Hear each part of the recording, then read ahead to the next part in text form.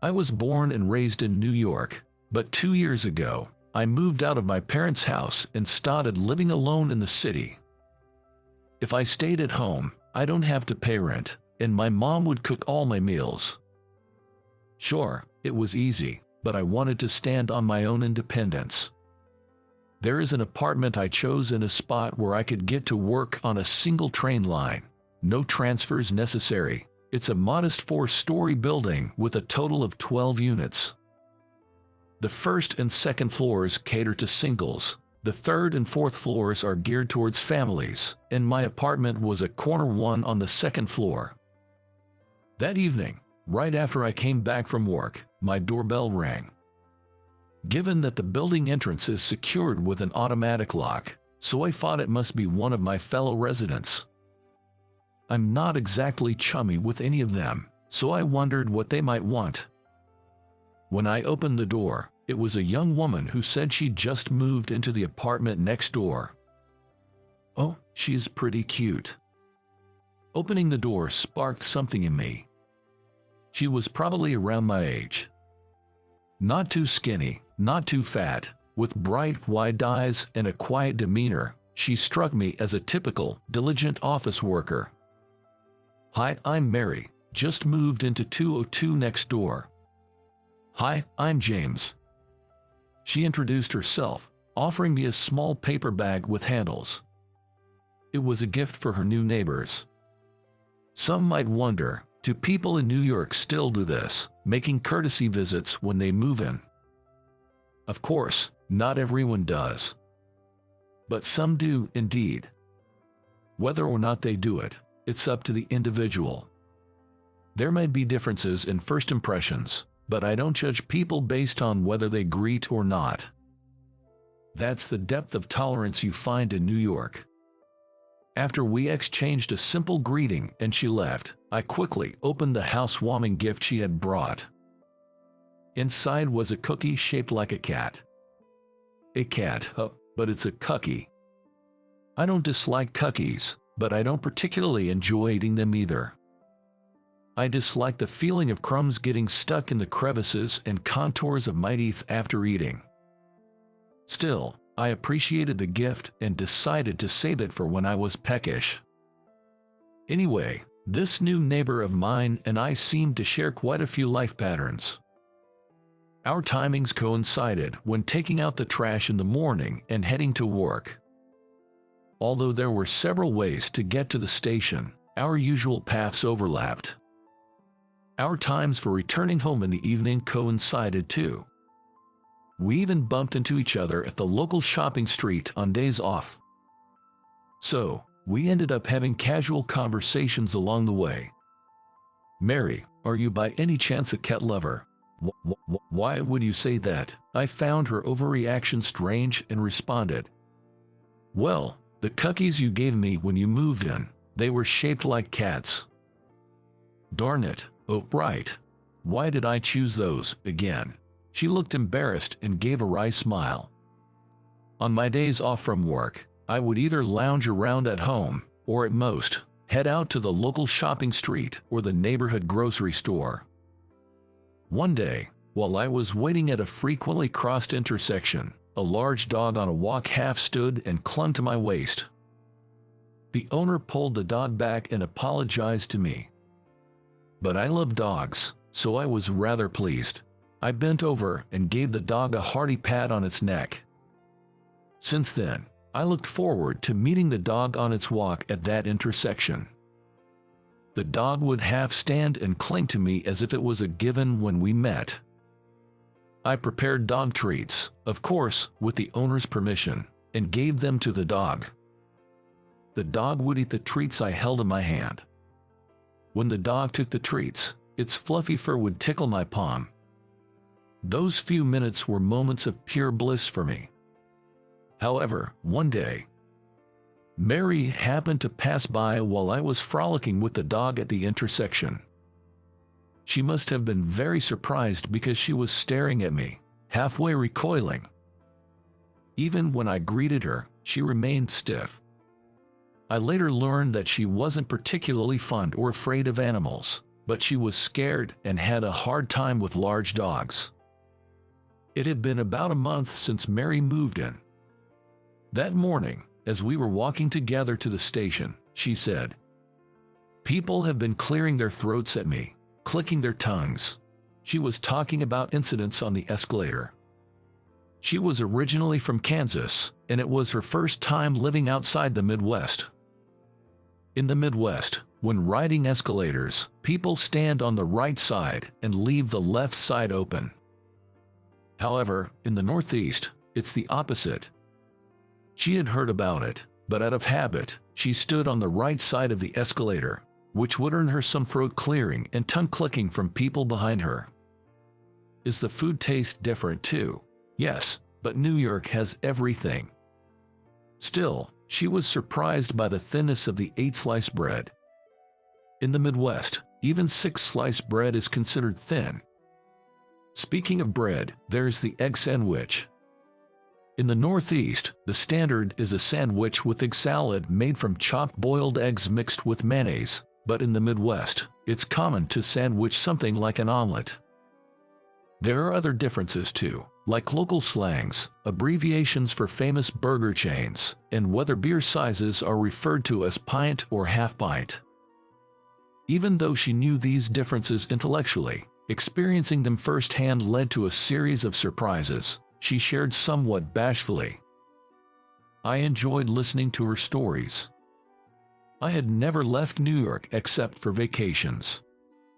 So, I assumed that the norms in New York were the norms of America. But I imagined if I were to be transferred to the Midwest or some other region, I would be as bewildered and surprised as she is now. In retrospect, New York is an exceptional place within the country. Of the people living in New York, just over half are native New Yorkers like me. The rest are people who have moved in from other regions.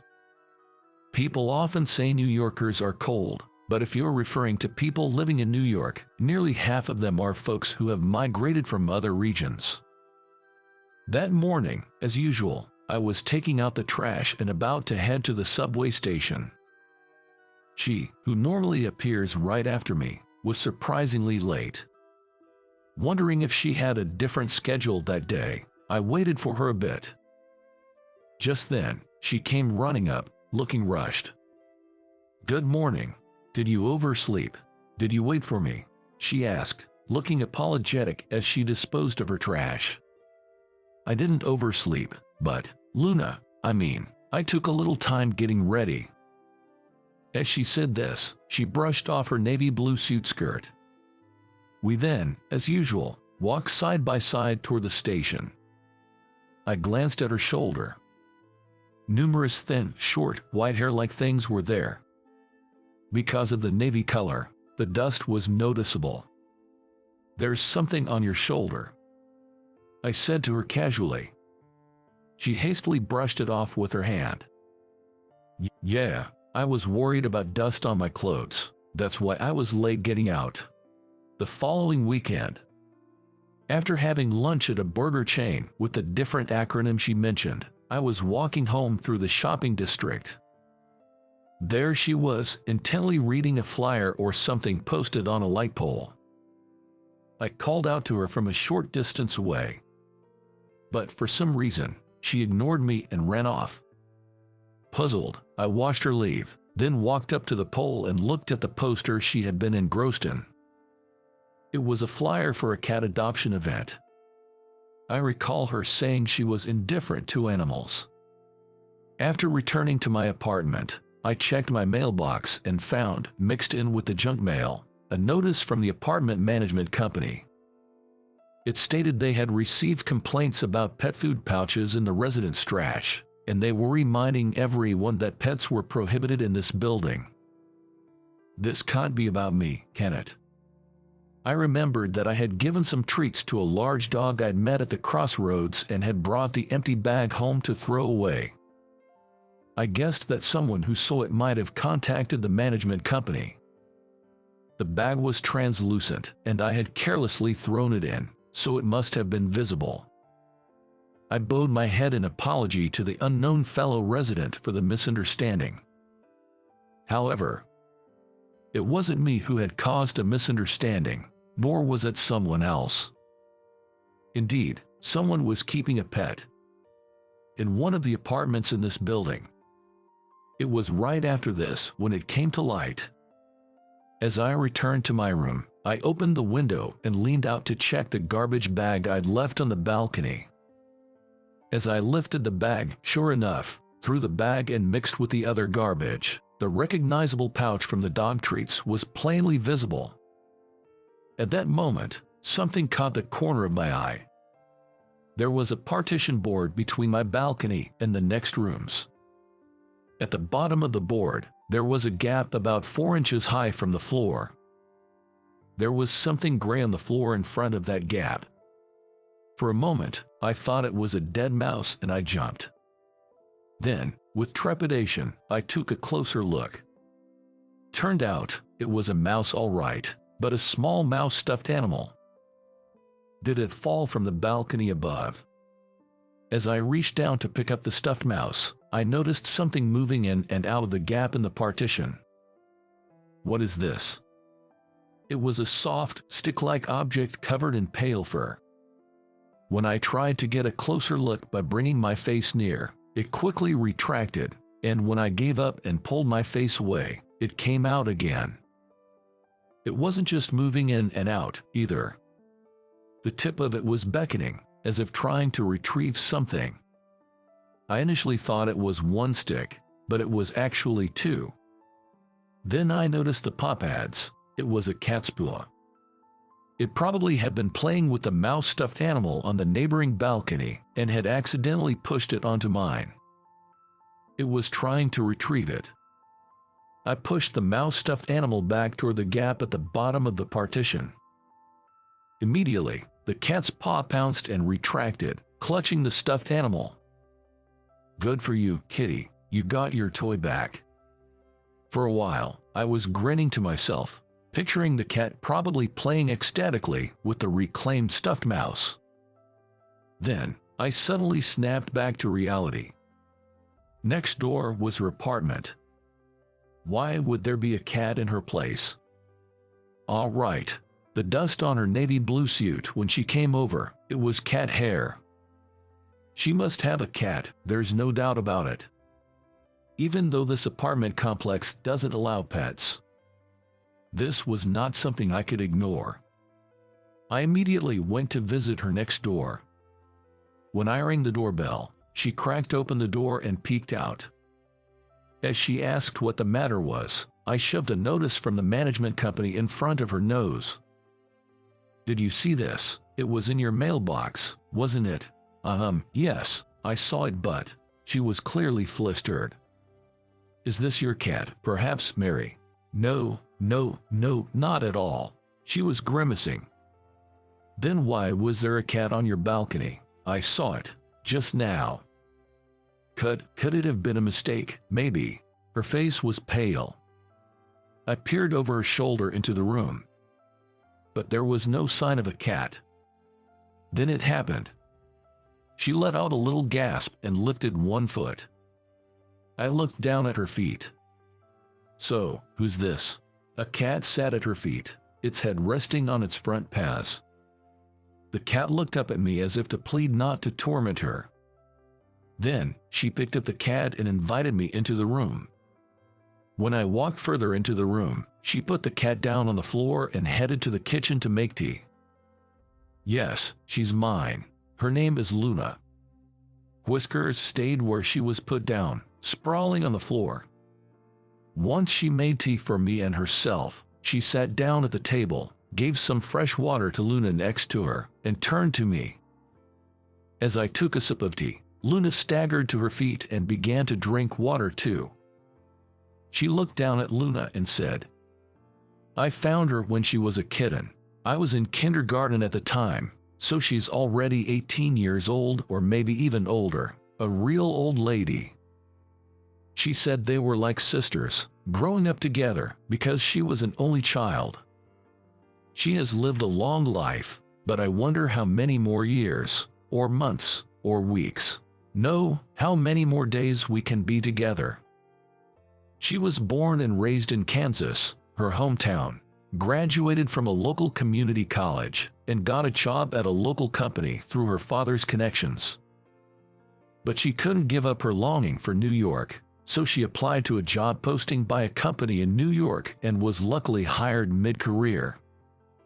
She decided to move to New York, but had to find a place to live on her own. She sought advice from friends and searched online for housing.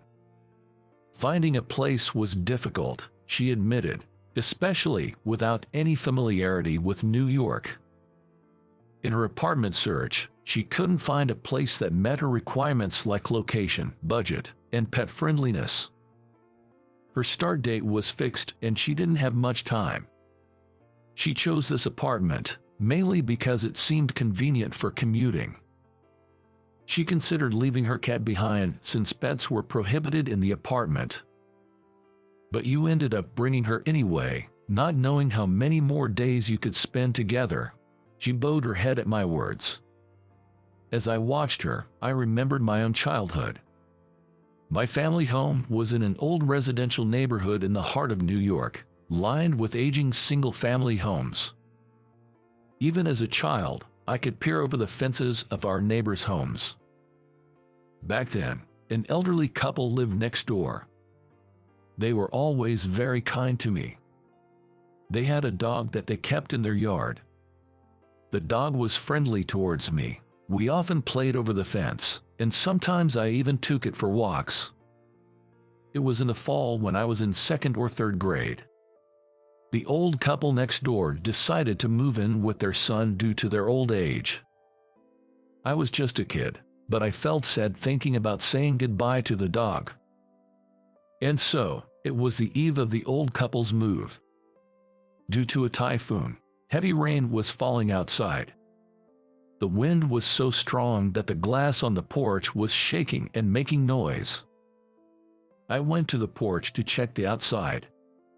Then I noticed a different noise, not from the wind, but something hitting the glass. I looked down. There, soaked to the skin, was the neighbor's dog, batting at the glass door with its paws. I quickly opened the glass door. The dog leapt out at me. It then licked my face all over. Rain mercilessly invaded the porch. My mother noticed and told me to close the glass door. Ignoring my mother's words, I took off my t-shirt and used it as a towel, wiping the wet body of the dog. No matter how much I wiped, the rain kept pouring on. Looking back now, I still wonder. How did the dog, who should have been tied to its doghouse, got free and came to me? All I know for sure is that night, that dog came to say goodbye to me. And it hurted to say goodbye to that dog. She stayed still, with her head bowed. I couldn't bring myself to blame her, and I was at a loss for what to do. Then, Luna seemed to climb onto my lap where I was sitting in the chair, twisting her upper body onto her back and rubbing her head against me. I restrained her when she hastily tried to pick up Luna. "Maybe she's telling you not to beat yourself up anymore," I said. Upon hearing this, she covered her face with both hands and broke down crying on the spot. She said she never had any intention of hiding the fact that she had a cat and staying in this apartment for a long time. However, there were plenty of things she was still trying to get used to in her workplace and in her new life in a city like New York. She said she would look for another property where she could live with her cat whenever she had the time, but with no familiarity with the area and no knowledge of average rents, she couldn't find one. If I were the landlord of this place, I thought, I might have said, "If that's the situation, I'll give you a bit of a reprieve," but I didn't think it would go that well. These days, the world tends to adhere strictly to rules, or rather, there's no room for leniency. So, I told her that it would be bad to keep Luna in a pet-prohibited apartment, but we should keep it a secret for a while. And I decided to help her look for a new apartment. However, the situation drastically changed within 3 days. It was right after I came home. The doorbell was rung persistently, as if waiting for my return. When I went to see, she was standing there, large tears streaming down her face. When I dropped my gaze slightly from her face, Luna, no longer moving, was in her arms. When I came back home, she usually comes to greet me at the entrance. I thought it was strange. And then, I found her, on the sofa. As she said this, she crumbled to the floor, crying loudly, still holding Luna in her arms. "I'm sorry, Luna, I was foolish." I searched for words to say to her, but couldn't find any. So, instead of words, I hugged her, gently rubbing her back as I did so. Several weeks after that, we started looking for a place to live together. "This place is pet-friendly," I said, having found a pet-friendly property by chance and mentioning it out of interest. "But I don't." She pulled out her smartphone with a somewhat distant look in her eyes. On the lock screen of her smartphone was Luna, who looked like she was smiling gently. Looking at Luna on her phone, she turned to me and gave a wistful smile. "That's right. What about this one? Doesn't it look like a decent place?" "Indeed, it does." How did you like today's story? Your subscriptions and likes really help motivate us in our production work. We look forward to reading your comments. Until the next video.